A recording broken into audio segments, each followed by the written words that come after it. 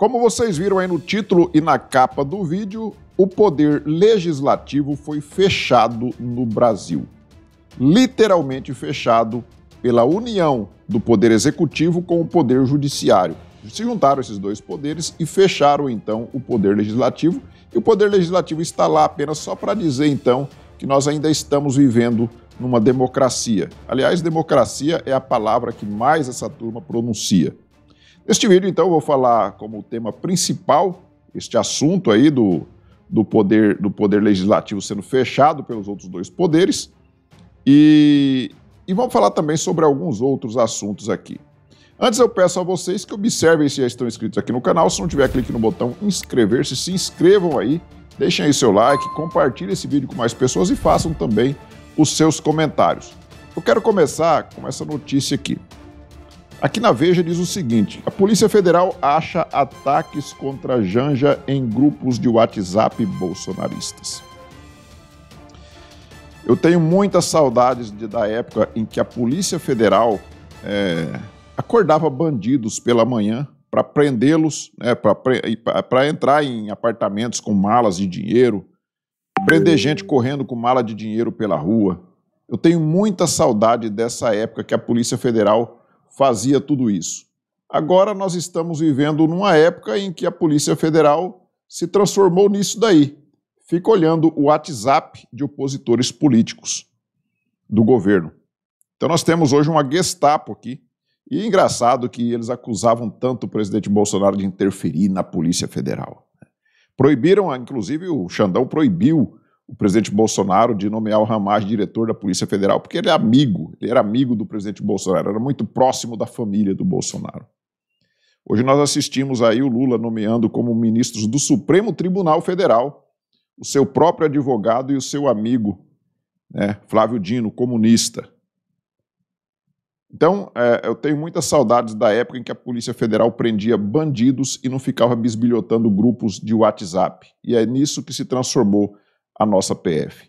Outra notícia aqui: Lula diz que Brasil precisa ter indústria de defesa forte, não para fazer guerra, mas a paz. Enquanto ele corta dinheiro, corta verba, e muita verba do poder, aliás, das forças, do Exército, Marinha, Aeronáutica, da defesa do Brasil. Ele vem com essa agora dizendo que o Brasil precisa ter uma indústria de defesa forte, não para fazer guerra, mas a paz. Eu imagino que essa indústria que vai produzir material aqui para ser forte, para fazer a paz, deve ser uma indústria de bandeiras brancas. Deve produzir milhares ou milhões de bandeiras brancas para o Lula promover a paz pelo mundo. Deve ser isso que é a ideia desse energúmeno que está hoje no poder. E agora eu vou trazer para vocês aqui uma notícia do ano passado. Essa notícia aqui é do dia 22 de janeiro de 2023. Aí dizia aqui na UOL Economia, lá em janeiro de 2023, num país em que 33 milhões de pessoas passam fome, a lista de espera para comprar iates de até 54 milhões de reais pode se estender por 2 anos.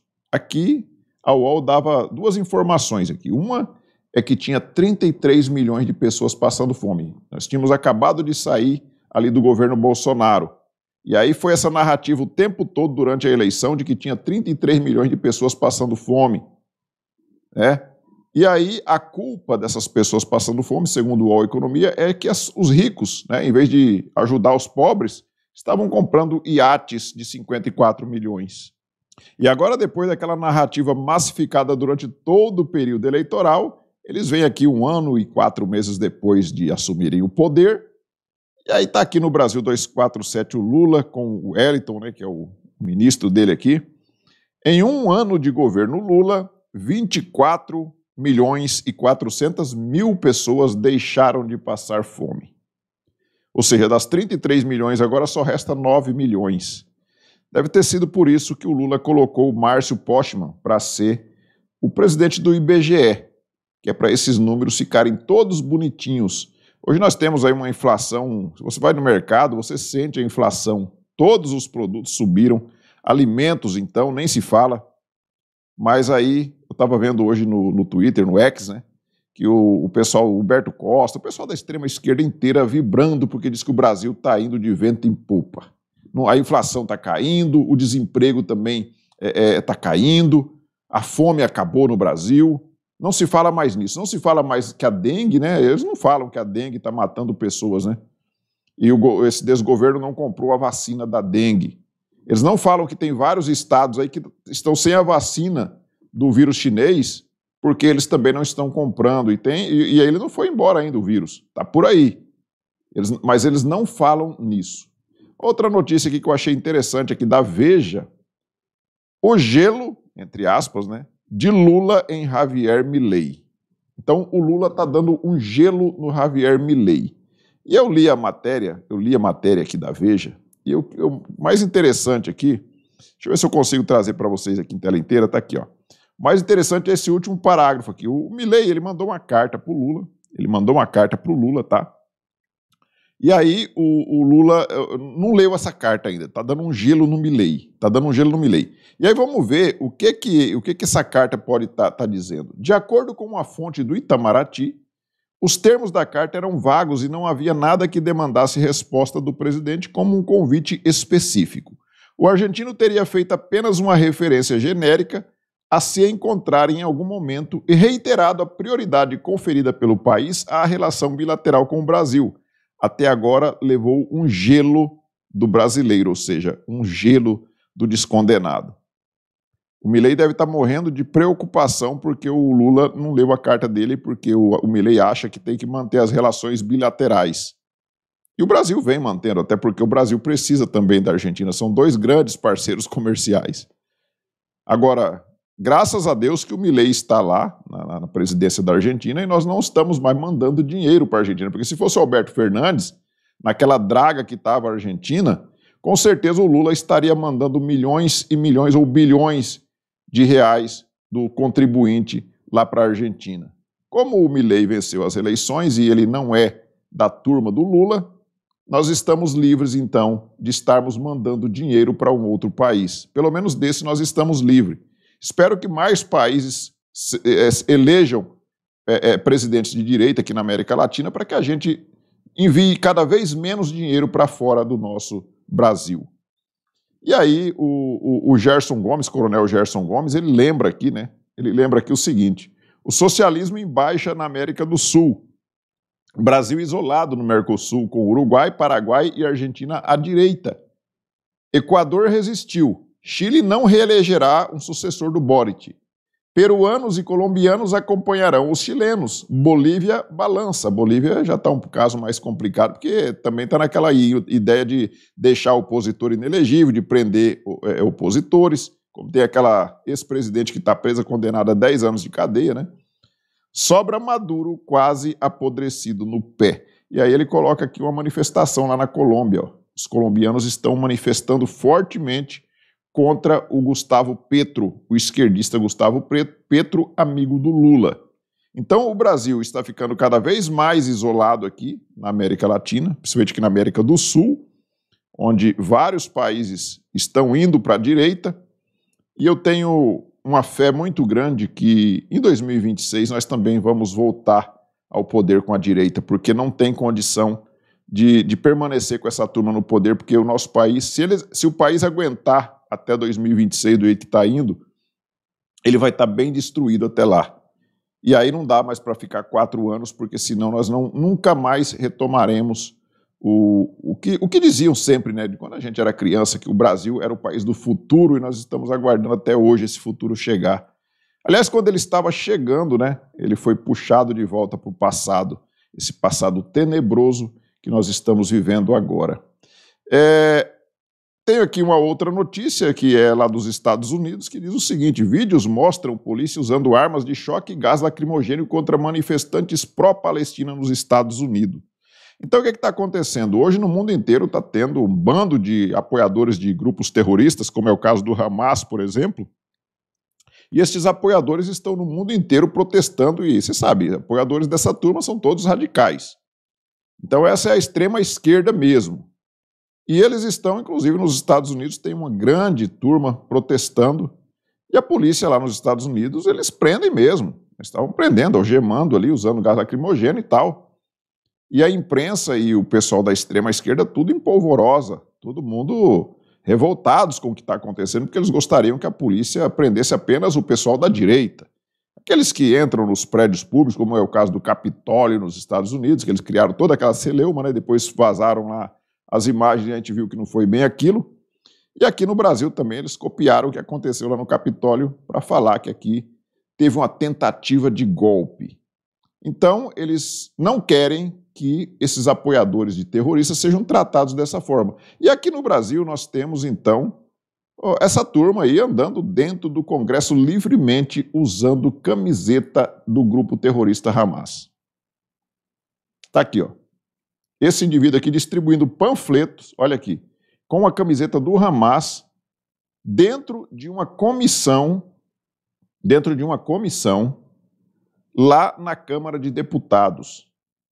O cara com a camiseta do Hamas e nem para ter uns deputados ali de direita para juntar ele pelo fundo da calça e expulsar ele dali, porque é isso que tem que ser feito com gente que apoia terrorista. Este sim pode ser chamado de terrorista, e não aquelas pessoas, aquelas senhorinhas que entraram em prédio público no 8 de janeiro, que estão sendo condenadas aí a 15, 16, 17 anos de cadeia. O camarada andando livremente dentro do Congresso, dentro da Câmara dos Deputados, na Comissão de Legislação Participativa, que é o nome da comissão, tá? E aí, pessoal, nós temos aqui, eu vou até colocar um pedacinho do vídeo para vocês verem, o coronel lá do Ceará, Ciro Gomes, ele disse o seguinte, que o PT virou uma organização criminosa e acusa o Camilo Santana de ter acordos com facções. Isso não é novidade para ninguém que o PT virou uma facção criminosa. Eu acho que ele nasceu já sendo uma facção criminosa. Eu não conheço o PT sem o PT ser uma facção criminosa, até porque todos esses bandidos que fazem parte do PT até hoje, desde a fundação, já eram os mesmos. Zé Dirceu, Lula e Companhia Limitada, Zé Genuíno, essa turma toda, e sempre foram bandidos, né? Então, eu acho que o Ciro Gomes, não acredito que o Ciro Gomes descobriu agora que o PT virou uma organização criminosa. A não ser em desfavor desta cara de pau com que o PT se transformou numa organização criminosa. No limite, é o que infelizmente está acontecendo no Brasil. Não todos, eu ainda tenho muito respeito por muitos militantes do PT. Eu ouvi, por exemplo, uma fala do Deodato Ramon. Não todos, né? Ele ainda faz algumas exceções, dizendo ele que tem ainda algumas pessoas dentro do PT que dá para levar em consideração. Eu não acredito que exista alguém dentro do PT que não seja da mesma turma. Então, eu não considero essa turma do PT, desse pessoal da extrema-esquerda, esse pessoal que vive tentando destruir o nosso país e vive tentando destruir os valores que nós temos desde quando éramos crianças, desde a época dos nossos avós, dos nossos bisavós, eles ficam tentando o tempo todo destruir. Então eu não levo em consideração. Mas o Ciro Gomes está parecendo que descobriu agora que o PT é uma facção criminosa. Pessoal, vamos falar agora sobre o fechamento do poder legislativo aqui no Brasil. Nós tivemos, tempos atrás, acho que na época da Dilma ainda, que foi aprovado a desoneração da folha de pagamento, onde o governo ele abria mão de alguma arrecadação ali, para ajudar o crescimento do país, ajudar as empresas a crescerem, etc. Para sobrar mais dinheiro no bolso do consumidor, do contribuinte. E aí, o que acontece? O Lula quer porque quer acabar com a desoneração da folha de pagamento. Ele foi no Congresso, o Congresso não aprovou, né? Aliás, acho que ele aprovou até uma medida provisória lá, o Congresso derrubou, uma coisa assim. E aí, o que ele fez quando ele não conseguiu derrubar essa desoneração lá no Congresso? Ele foi lá no Supremo Tribunal Federal. E ele foi pedir para quem? Ele foi pedir para o Zanin, que era, ou ainda continua sendo, só que agora com a toga, né, o advogado do descondenado. E nós temos aqui, então, né, o Zanin atende a pedido do governo Lula sobre desoneração da folha de pagamento. E aí, tudo aquilo que os 513 deputados tinham feito e os 81 senadores tinham aprovado lá no Congresso, o Zanin, que não recebeu o voto de ninguém, ele foi lá com uma canetada e derrubou essa desoneração da folha de pagamento. E agora o governo vai arrecadar mais com isso. Eu vou até mostrar para vocês aqui o que disse o William Vac a respeito deste assunto. Dos ministros do STF atendeu a um pedido do governo Lula e suspendeu trechos da lei recentemente aprovada no Congresso que prorrogou a desoneração da folha de pagamento de 17 setores da economia. Essa lei inclui desoneração também das folhas de pagamentos de municípios. A decisão de suspensão foi através de liminar, que terá de ser referendada no plenário do STF. Se for referendada, ficará em vigor até o próprio Supremo examinar o mérito dessa questão. Essa liminar tem enorme significado político em várias dimensões. Ela foi concedida por Cristiano Zanin, que foi advogado pessoal de Lula durante a Lava Jato. Ela suspende uma decisão do Congresso. Ela contraria vários setores da economia que se articularam para manter a desoneração da folha de pagamentos. A suspensão ajuda diretamente a política fiscal do governo, que consiste em reforçar o lado da receita e continuar assim aumentando o gasto público. O caminho da judicialização da questão já havia sido indicado pelo ministro da Fazenda tempos atrás, disposto a assumir um alto preço político em nome de uma forma de tratar as contas públicas que vem caindo em descrédito junto aos agentes econômicos. Sem votos suficientes no Congresso para barrar medidas como essa, o governo Lula agarrou-se no judiciário. Exatamente, sem votos no Congresso, ele apela para o Supremo Tribunal Federal, mais especificamente para o seu advogado, agora um advogado togado, né?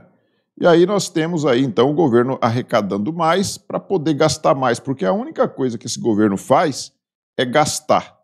Mas tudo isso só está acontecendo graças à inoperância, à incompetência, à covardia e à cumplicidade de um indivíduo chamado Rodrigo Pacheco, que é o presidente do Congresso Nacional, o presidente do Senado, que é o presidente do Congresso Nacional, e também do Arthur Lira, por que não dizer, né? Arthur Lira, presidente da Câmara. E o Rodrigo Pacheco está dizendo agora que está bravinho, está nervoso com isso daí.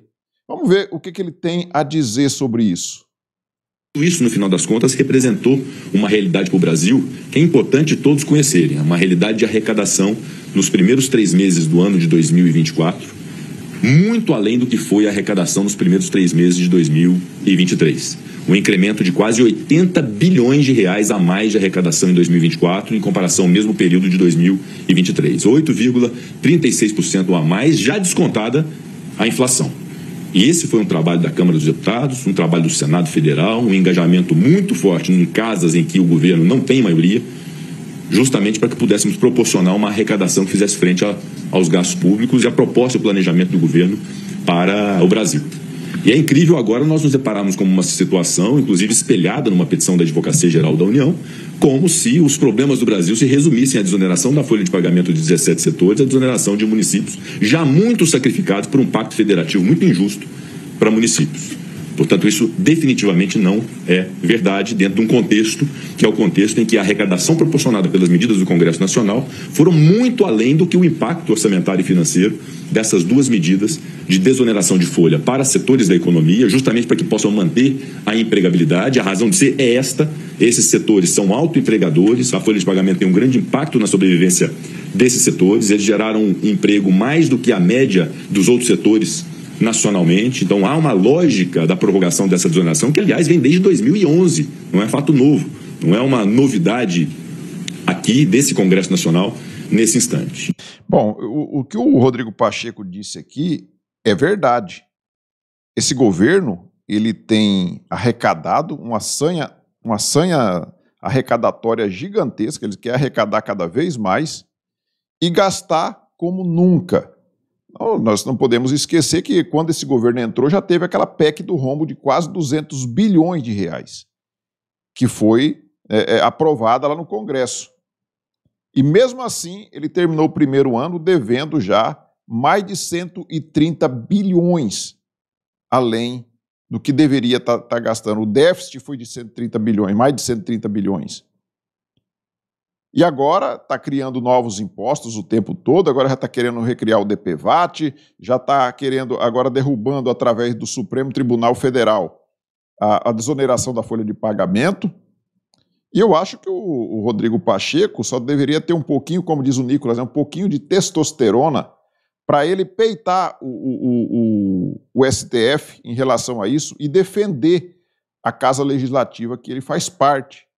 Mas por que ele não faz isso? Primeiro, porque ele é cúmplice disso daí. Ele tem interesses pessoais por trás disso.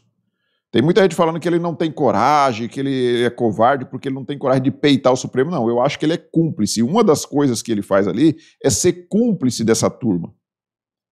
E aí ele tem aquele escritório de advocacia lá em Minas Gerais, envolvido com ações bilionárias lá no Supremo Tribunal Federal, e ele não quer perder dinheiro com isso. Se ele peitar o Supremo, certamente vai ter problemas, né, em perdas financeiras para o Rodrigo Pacheco. E é essa a questão.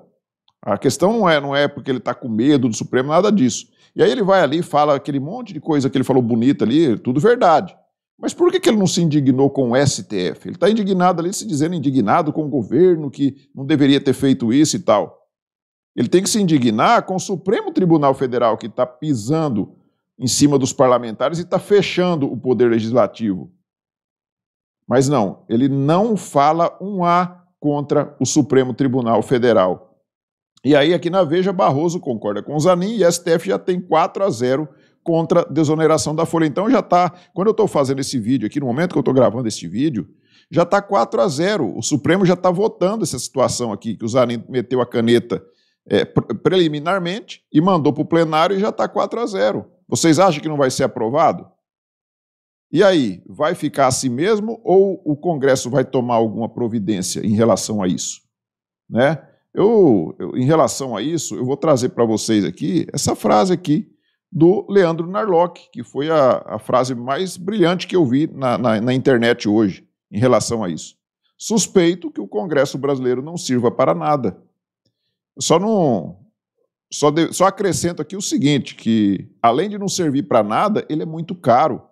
Então por que já não fecha logo o Congresso, para a gente pelo menos economizar esse dinheiro que a gente gasta com 513 parlamentares, né, deputados federais, 81 senadores, são 594 parlamentares, mais ali os seus assessores e a turma toda, é uma equipe gigantesca, são milhares de pessoas ali dentro. Então se a gente fechasse esse Congresso, pelo menos economizaria. E já entrega a chave lá para o Supremo Tribunal Federal, tira também o executivo de lá, que também só serve para fazer o que não presta, e deixa lá na mão dos togados, dos iluminados lá do Supremo Tribunal Federal, e eles comandam o nosso país. Porque quem manda são eles. Não adianta você ter um Congresso aprovando leis para a hora que chegar lá no Supremo Tribunal Federal. Eu estava vendo a questão das saidinhas, por exemplo. O Gilmar Mendes já falou que independente da saidinha não, da liberação das drogas, né? Independentemente do que o Congresso Nacional decidir, a última palavra vai ser do Supremo Tribunal Federal. Então, para que a gente ficar gastando dinheiro com um poder que não serve de nada, como disse aqui o Leandro Narlock? Então é isso, pessoal. O que está acontecendo, lamentavelmente, é isso. O Brasil está entregue às moscas, porque nós não temos homens com testosterona, como disse o Nicolas. São poucos, né? Aliás, que tem testosterona ali. E esses poucos não conseguem mudar a situação, justamente porque eles são poucos. E ali, né, pela nossa democracia, é a maioria que manda. E a maioria são covardes e são cúmplices dessa turma que está tentando destruir o nosso país todos os dias. Peço a vocês que observem e se já estão inscritos aqui no canal. Se não tiver, clique no botão inscrever, se inscrevam, deixem seu like, comentem e compartilhem esse vídeo com mais pessoas. Nós nos vemos no próximo vídeo. Fiquem todos com Deus. Tchau.